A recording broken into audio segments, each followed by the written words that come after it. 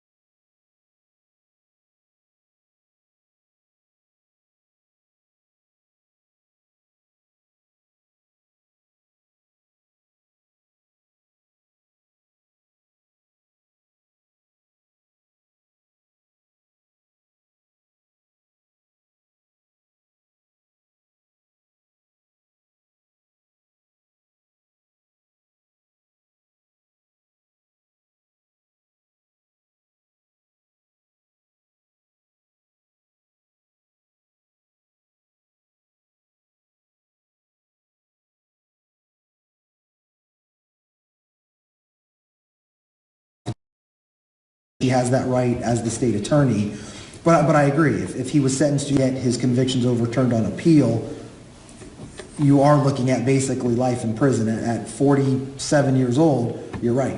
That's a life sentence regardless of count one. She didn't like us using the word waste, but do you think it's a waste if she files again for count one? Again, I don't want to speak on behalf of Miss Cory. You'd have to talk to her, and you did, and she gave you her answer.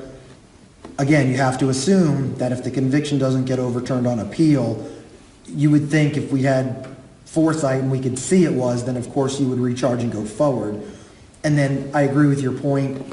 If everything being what it is, he was going to get 60 years, which is life in prison. Why would you go through another lengthy, costly trial? I can't even imagine what this trial cost the taxpayers of Jacksonville. The fact that we went through weekends, you had a sequestered jury. They did 3 days of deliberations. You had overtime with the officers here. And let me commend, first and foremost, the Jacksonville court staff. The court administration, the sheriff's office bailiffs were phenomenal. I can at least tell you this. The taxpayers should be very proud of the money they spent for the courthouse system. They were wonderful. They bent over backwards. So again, and to go back to your point, to retry count one for the sake of retrying it, and I do it, the Davis family should take consideration. They have a right to talk to Ms. Cory about that. But at least I don't think that was a waste of what was done here. It really was done well. They should be very commended for it. But going forward, that's going to be her decision as a state attorney, and she can make that decision for herself. Cory, do you have any regrets in terms of how you tried the case and anything you do differently? The fact that they were out for 30 hours, I literally have no regrets. But in the same time, they came back with a conviction, so I have all the regrets. I mean, it's miserable to be in this position. I mean, honestly, I felt bad for the clerk of court as she's reading the verdict. Her hand was trembling, and your heart goes out for her because you know she's in a tough position. I've got the Dunn family behind me. I've got Michael next to me. I have a great relationship with Michael Dunn. I can tell you I've never seen the man get angry. I've never seen him show signs of violence or racism. It's just this case, my heart goes out to them. And again, my heart still goes out to the Davis family. Please, I don't want them to think I'm insulting them. I even said the other day, I even hated calling Ron Davis to the stand, and I told the jury I didn't want to do that. I didn't enjoy doing that. So do I have regrets? Personally, I can't look back and say I do, but then again, they found him guilty, so I've got to look back and say, man, I wish I could have done something different, but to be honest, sitting here today, I have no earthly clue what I could have done different in this case. That 30-hour wait time, what was that like for Mr. Dunn? Brutal. Every time I talk to him, he's in this small box in the back by himself. Basically can't talk to anyone. It was brutal for us. I mean, basically, my team and my investigative team and my curse team, the family, we were in our conference room and we were going stir crazy. I had to get up and walk the hallways because honestly, I would take a trial any day of the week. I would take a 3-week trial, a 4-week murder trial, and have 0 ounces of stress. But those 30 hours were probably the most stressful hours of my life. I cannot even imagine what Mr. Dunn was thinking because he was the one that was facing the verdict. What was it like? 90% of this case was your client versus Jordan Davis. Was it self-defense? Was it murder? What was it? Well, That was almost all of the case. Is it bizarre or frustrating or what to have essentially a victory from your side on that question? You got a hung jury. But to have him possibly go away for the rest of his life on all of the lesser charges. And I agree, and I don't want to speak too much to count one, especially Michael Dunn versus Jordan Davis, because it will be retried again, as Ms. Cory said. So it's hard, and it's hard to call it a victory. I know a lot of defense attorneys come up and say, hey, a hung jury's a win, and we'll live to fight another day. But again, it's still tough when you know it was a hard-fought battle. The jury was out for 30 hours, and you have no idea what they were thinking. Again, yeah, it came down to Michael Dunn. It came down to what the jury believed. And unfortunately, without talking to that jury, we have no idea what went into their consideration. And based on their questions, you know, my fear is on possibly that appellate issue. Did they believe that Jordan Davis and that justifiable use of deadly force should have carried over to everybody?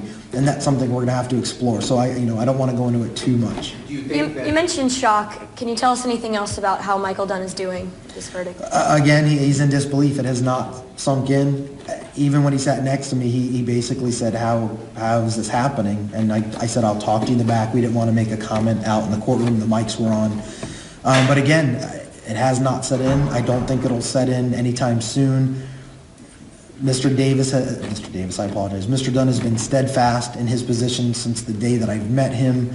So again, he clearly saw the outcome of this different. It wasn't, and he knows there's a road. He knows there's procedures we have to follow. He knows there's steps that we have to take. We've talked about that.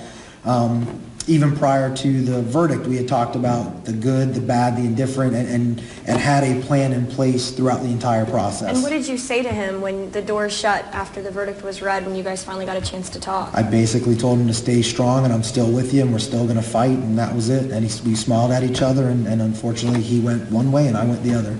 Those final 3 shots in the back of the car, how important do you think they were in the attempted murder? Again, I don't know. I don't know. I wish I could talk to the jury. I wish they could reach out to me and call me and tell me. But again, if we all had a crystal ball, nobody in this room would be standing here. We would have known what the outcome is. We would have known what the trial would have been. That's why you have trials. That's why you go forward with the evidence. That's why you wait for the jury verdict. And in this case, it was probably the most tedious 30 hours I think if anybody could go through. And that also includes the victims' families. I'm sure they were extremely anxious as well. I can't imagine that they sat there and enjoyed that wait time as well. Is Mr. Dunn still engaged to run around? I don't know. Like I said the other day, I didn't even talk to him about Rhonda. Once Rhonda left the stand, I was focused on closings. The last thing I'm going to talk to my client about is his personal love life and his murder trial. So that you're going to have to talk to Ms. Rauer about. How much did she hurt your case, contradicting in that way? I don't know. And again, I'd have to talk to the jury. We got it out in cross-examination that it's possible he could have said it, and in her emotional state, she didn't hear it. How much it played a factor into the jury is, again, a question for them. So until one of the jurors steps forward and says what happened, we would absolutely be guessing at it. All right? Were you surprised that the letters and the phone calls were not more of an issue on the state's behalf? No, and I think they were used for a very limited purpose, and I don't think it would have hurt anymore. But again, I don't want to go too much into it because we still have to talk about count one. So I don't know how the case is going to be retried by the state. So at that point, I think they used it for what they believe they needed and left it at that. And as Ms. Cory said, she put in evidence she thought they needed. And again, you'd have to talk to Ms. Cory. What has this been like for you as a one-man show trying this case, especially with the state having at least 3 attorneys to rotate through? It didn't change anything. It is what it is. You have to fight it. You have to work the long hours. I fought it with everything I had. I think that was kind of obvious in what I did. You know, would it great to have the resources of an entire state attorney's office? Absolutely. But unfortunately, we don't live in that world. But the state, I commend them for the job that they did. Obviously, they convinced the jury on however they did it, so they can enjoy that, at least that part of the closure. You know, again, does it say I'm disappointed and shocked? Absolutely. Did I think there was reasonable doubt? Absolutely. Did the sheriff's office do a poor job for the counts that were settled through? I believe absolutely. I wouldn't have said it if I didn't believe it. I don't grandstand. I don't come up here and just spout things off because it sounds good. I basically ignored the media for well over a year until the jury had it in their hands and we were done. You've got to be exhausted, though. Yeah, I think now it sets in. Basically, I was working on adrenaline and motivation and fight. And at this point, I'm sure tomorrow it will hit me and we'll see. Tomorrow's another day. And you know what, for Michael, he'll live on to fight another day. I'll fight on for him. And if it takes a year, 2 years, and I'm here to fight, then I'll be there for that fight. I'll never back down. And that's just not the way I am. I'm not going to run. They could have had 5 attorneys. And, you know, I said that the other day tongue in cheek. I don't care how many they have. I'm still going to stay and fight and do my job. If any defense attorney is worried about how many prosecutors are on the other side, they need to go do something else. Mr. Strolla, the state called far more witnesses than you did. Do you wish that you had called on more witnesses? And others have said that the character witnesses you did call on seem not to know Mr. Dunn as well as they would have expected. Well, I think they should have looked at the testimony. I mean, the 2 witnesses from the family's community, they were with them every weekend for 10 years. You know, you spend every weekend and holidays and nights for 10 years. I think you know somebody fairly well. His friend Don Mays knew him for 20 years, worked together, they stayed friends together. So again, look at your own personal experiences. Do you know somebody for 20 years you don't know very well? Do you live in a community with somebody for 10 years and not know them very well? Whoever says that, I don't think watched the testimony. And again, it's probably one of the talking heads that didn't watch the trial but loves to comment on it. Cory, do you think the media attention nationally and around here, did it hurt your client in the end? Do you think? Again, I don't know. It's speculation. You all know from the get-go I didn't like the media attention to begin with, and that's what I was afraid of. We did believe we can get a fair trial in Jacksonville. I think we got a fair trial in Jacksonville. Again, I will never critique this jury. I have never seen a jury in any case in my career or even heard of one working as hard as they did. Do I like their end result? Do I like their verdict? Absolutely not. Do I agree with it? Absolutely not. But do I agree that they put the time in and gave Mr. Dunn a fair opportunity? 100%. I'll never doubt that one bit. How big of an impact did Mr. Dunn's first attorney have on the end result?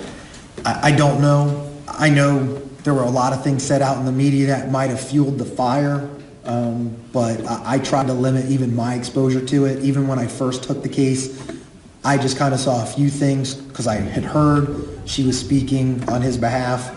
But again, you'd have to talk to her, you'd have to talk to Michael Dunn. I think it was far enough away that it didn't hurt, but I think it certainly didn't help the beginning. I think it was fuel to the fire, and then as you all saw, it literally just, I think it got out of control way too fast. All right, thank you very much, guys. Have a great night.